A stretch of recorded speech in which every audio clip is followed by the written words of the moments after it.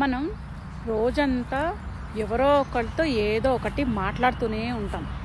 కాబట్టి మీరు మాట్లాడేటప్పుడు కమ్యూనికేషన్లో పాయింట్స్ ఉండకూడదు అంతే. It is good for you if you follow this. అందులో ఫస్ట్ ఏంటంటే గాసిప్, వేరే వాళ్ళ గురించి ఏదో ఒకటి మాట్లాడడం.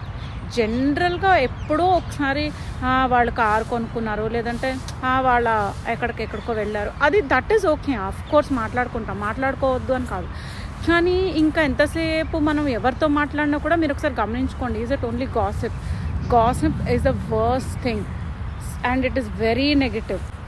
ఎవరన్నా ఏదైనా అచీవ్ చేసినారా దాని గురించి మాట్లాడుకోండి. ప్రతి వాళ్ళలో మంచి ఉంటే దాని గురించి మాట్లాడుకోండి. అప్పుడు ఏమవుతుందంటే మీకు కూడా మంచి హ్యాబిట్స్ అండ్ అలవాట్లు వస్తాయి. కాబట్టి గాసిప్లో కూడా, గాసిప్ అంటే వేరే వాళ్ళ గురించి ఎంతసేపు చెడు మాట్లాడుకున్నా అంటే you're always seeing negative. So మనకు కూడా అదే వస్తుంది. సో వేరే వాళ్ళ గురించి మంచి మాట్లాడండి, వేరే వాళ్ళని పొగడండి.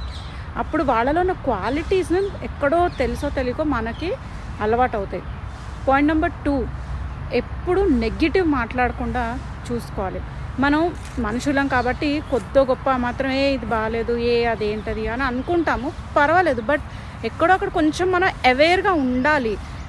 చాలామంది మీరు చూడండి, ఆల్మోస్ట్ 24/7 వేరే వాళ్ళ గురించో, వాళ్ళ లైఫ్ గురించో, లేదంటే పొల్యూషన్ ఇలా ఉంది, ఇదేంటి అదేంటి అని ఎంతసేపు నెగిటివ్ మాట్లాడతాం. దానివల్ల ఏంటంటే you're not focusing on solution and you're always discussing problem. This shows your attitude. So please never. And మీరు ఎక్కువ మాట్లాడుతున్నారని తెలియగానే put a break and maybe దీనికి సొల్యూషన్ ఉందా, లేదు నా చేతిలో లేదు అంటే వదిలేయడం. మీ చేతిలో ఏదైనా ఉంది అంటే దాని గురించి మాట్లాడే బదులు దాన్ని వీలైతే రెక్టిఫై ఆర్ కరెక్ట్ చేసుకోవడం. అలానే కంప్లైనింగ్ అనేది ఒక పెద్ద జబ్బు. మీరు ఎప్పుడైనా కంప్లైంట్ చేస్తున్నారు అంటే మీకు ఆ ప్రాబ్లం గురించి డిస్కస్ చేయడం మాత్రమే ఇష్టం, కానీ దాని సొల్యూషన్ మీకు అస్సలు ఇష్టం లేదు. అలా కంప్లైంట్ చేయడం వల్ల ఏదో అటెన్షను, సెల్ఫ్ పిటీ ఇలాంటి ఫీలింగ్స్ కోసం ఏంటంటారు విక్టిమ్హుడ్ ఇలాంటి ఫీలింగ్స్ మీకు అలవాటైపోయి ఇంకా అదే పనిగా మాట్లాడుతుంటారు. ఎస్, ఉండొచ్చు, ప్రాబ్లమ్స్ అనేవి ఉంటాయి. అప్పుడు ఏంటి, అది ఒకసారి డిస్కస్ చేసి టక్మని దాని సొల్యూషన్ తీసేయాలంతే. అంతేగాని నీకు తెలుసా అది ఇలాట ఇది ఎప్పుడు ఇలానే ఉంటుంది అన్నప్పుడు try to change it. You have the power. Complaint చేస్తున్నారు అంటే మీ దగ్గర ఏ పవర్ లేదు, మీకు ఏం చేత కాదు, మీరు యాక్షన్ తీసుకోరు, కానీ ఆ విషయం గురించి మాట్లాడుతూ ఉంటారు అని. So stop complaining. తర్వాత ఏంటంటే ఎంతసేపు వేరే వాళ్ళని జడ్జి చేయడం.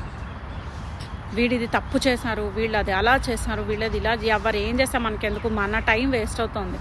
మన టైంతో మనం గ్రో అవ్వడానికి ఏం చేస్తున్నాం అన్న దాన్ని బట్టే మన లైఫ్ గ్రో అవుతుంది. కానీ వేరే వాళ్ళ గురించి మాట్లాడుతూ ఉంటే మన టైం వేస్ట్ అవ్వడం, మనలో ఉన్న మంచి క్వాలిటీస్ తగ్గడం తప్ప ఉపయోగమే లేదు. So stop judging others. And మనకి వాళ్ళ బాధలేంటో తెలియదు కాబట్టి నెవర్ జడ్జ్. ఇంకొక పాయింట్ ఏంటంటే డాగ్మాటిజం. ఎవరు ఏం చెప్పినా సరే ఇది తప్పు, నా పాయింట్ ఆఫ్ వ్యూ కరెక్ట్ అని మాట్లాడడం. దీనివల్ల మీరు లెర్నింగ్ అనేది మీరు ఆపేస్తున్నారు. ఒక్కసారి వినండి. చిన్న పిల్లలు కూడా ఒక్కొక్కసారి చాలా మంచి విషయాలు చాలా క్యాజువల్గా చెప్పేస్తారు. ఒక్కసారి వింటే మనం కాదు అని మనం ఒక ఫిల్టర్ పెట్టేసుకోకుండా వాళ్ళు చెప్పింది వింటే డెఫినెట్గా మంచి పాయింట్స్ మనకు అర్థమయ్యే ఛాన్స్. ఇది మోస్ట్ డేంజరస్ అసలు ఏంటంటే excuses. So kill excuses, not your dreams. మీరు ఎక్స్క్యూజ్ ఇస్తున్నారు అంటే మెల్లిమెల్లిగా ఏం చేస్తున్నారంటే మీరు మీ లైఫ్లో అన్నీ యువర్ కన్నాలు పెట్టేస్తున్నారనమాట. ఎక్స్క్యూజ్ అంటే మీరు ఏం చెయ్యరు కాబట్టి మీరు ఎక్స్క్యూజెస్ ఇస్తున్నారు. ఎక్స్క్యూజెస్ ఇచ్చేవాళ్ళు ఎప్పటికీ సక్సెస్ఫుల్ అవ్వరు. సొల్యూషన్స్ వెతుక్కుని యాక్షన్ తీసుకునే వాళ్ళు సక్సెస్ఫుల్ అవుతారు. సో ఇప్పుడు మీకు అర్థమైంది కదా, మీరు మాట్లాడేటప్పుడు మీరు మాట్లాడే టాపిక్స్లో ఎప్పుడైనా సరే judging, dogmatism, negativity, gossiping, excuses, complaining ఇవి ఉండకుండా చూసుకోవాల్సిందే. మీ మైండ్ మీరు చెప్పినట్టు వినాలి. ఇంత ఆలోచించి ఎవడు మాట్లాడతాడు అంటే అంత ఆలోచించి మాట్లాడాలి. అంత అవేర్నెస్, అంత ఎరుకతో ఉంటేనే లైఫ్ బాగుంటుంది. అంటే ఈ ముందు బాగుంటుంది. ముందు బాగోవాలి అంటే ఇది చాలా జాగ్రత్తగా మాట్లాడాల్సిందే. దీనివల్ల మన మెంటాలిటీ ఏంటి అని తెలుస్తుంది. అండ్ మన మెంటాలిటీ అండ్ యాటిట్యూడ్ని బట్టి మన ఫ్యూచర్ అండ్ మన కెరియర్ ఉంటుంది ఆర్ మన గ్రోత్ ఉంటుంది. I hope this video is helpful.